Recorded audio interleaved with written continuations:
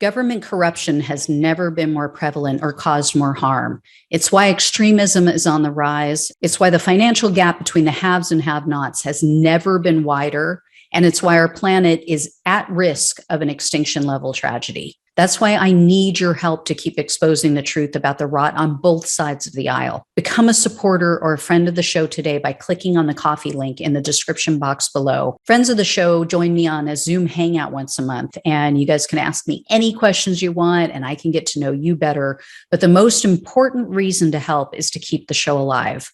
Together, we can and will save our country and our planet. Thanks in advance and enjoy the show. Hey, everyone, welcome to the show. So given what we now know, or at least what we suspect about the deleted Secret Service text messages, I wanted to revisit a couple of news stories that take on a whole new meaning.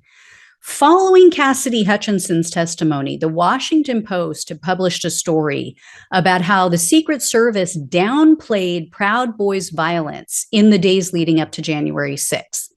I don't know if you guys remember this, but they shared the contents of a memo that had been published by the Secret Service. It was obtained by a watchdog group called Citizens for Responsibility and Ethics in Washington.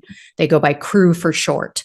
They did a Freedom of Information Act request, and they obtained that memo, and it noted that the Proud Boys would be in DC for Trump's rally on January 6th, and they knew that the Proud Boys were going to be dressed, quote, incognito, which was something that was shared among the Proud Boys privately. It did end up leaking to the press, and I reported on it here.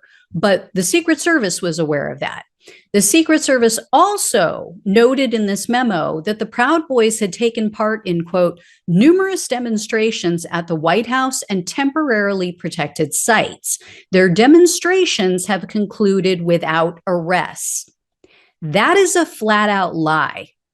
Their December 2020 pro-Trump rally, they had this election denier rally in DC. That one rally alone resulted in 39 arrests.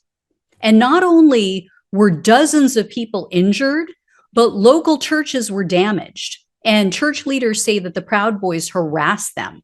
Luther Place Memorial Church said their Black Lives Matter banner was stolen on Friday night. This was the night prior to their protest. So the church put up a new one. But then by Saturday evening, they said the second sign was also ripped down and destroyed, which we now know was done by Enrique Tarrio, by the leader of the Proud Boys. And Reverend Karen Brow from that church, she posted on their church's Facebook page and said, quote, a gang of Proud Boys descended on the church, harassed our leaders, and took the sign away. This group came back a second time to intimidate us. So, as with the text messages, we're left wondering now, is the Secret Service just inept? Was this a mistake? Do they really not know about all of the arrests resulting from Proud Boys events? Or was this the result of bias? Was there something more nefarious going on? We don't know, right? Another story that we need to revisit is how the Secret Service agents personally supported the Capitol attack on Twitter. So according to journalist Carol Leonnig, on January 6th, she said, quote, some of them even took to their personal media accounts to cheer on the insurrection and the individuals rioting up to the Capitol as patriots. So these are Secret Service agents going on their social media accounts and calling these people patriots as they attack the Capitol. So in the past, this could have been viewed as a matter of free speech, right? This is their personal account. They're an American citizen. They can say whatever they want. They can have differing opinions. But now that we know that Secret Service agents violated 3 explicit orders to back up their text messages prior to the factory reset of their devices. And oh, by the way, there just happens to be messages on 10 different agents' phones on or around January 6th. This needs to be looked at a lot more closely. As I said the other day, Biden needs to clean house. And how many of these Trump-loving Secret Service agents have now seen the January 6th committee hearings and are maybe for the first time realizing that they were duped along with his other supporters?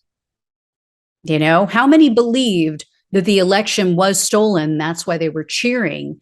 And now they've heard not from Democrats, but they've heard from Trump's own White House counsel and his attorney general that there was no widespread election fraud. Are they going to remain silent now that a federal investigation has been launched regarding these deleted text messages?